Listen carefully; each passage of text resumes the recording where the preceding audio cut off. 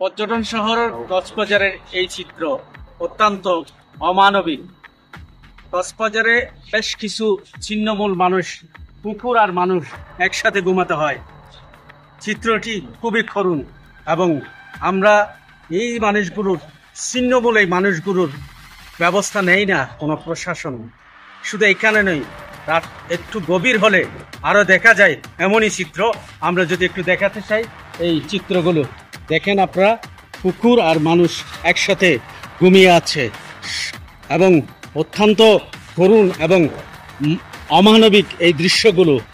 কক্সবাজারের জেলা প্রশাসন যদি এই ছিন্নমূল মানুষগুলোর জন্য কোনো আশ্রয়স্থল করে দেয়, তাহলে এই মানুষগুলো একদিন একটি ঘুমানোর জায়গা পাবে। আমরা জেলা প্রশাসন এবং যে কোনো এনজিও সহ সংশ্লিষ্ট প্রশাসনের দৃষ্টি আকর্ষণ করব, এই ছিন্নমূল মানুষগুলোর জন্য যেন একটি বিশ্রাম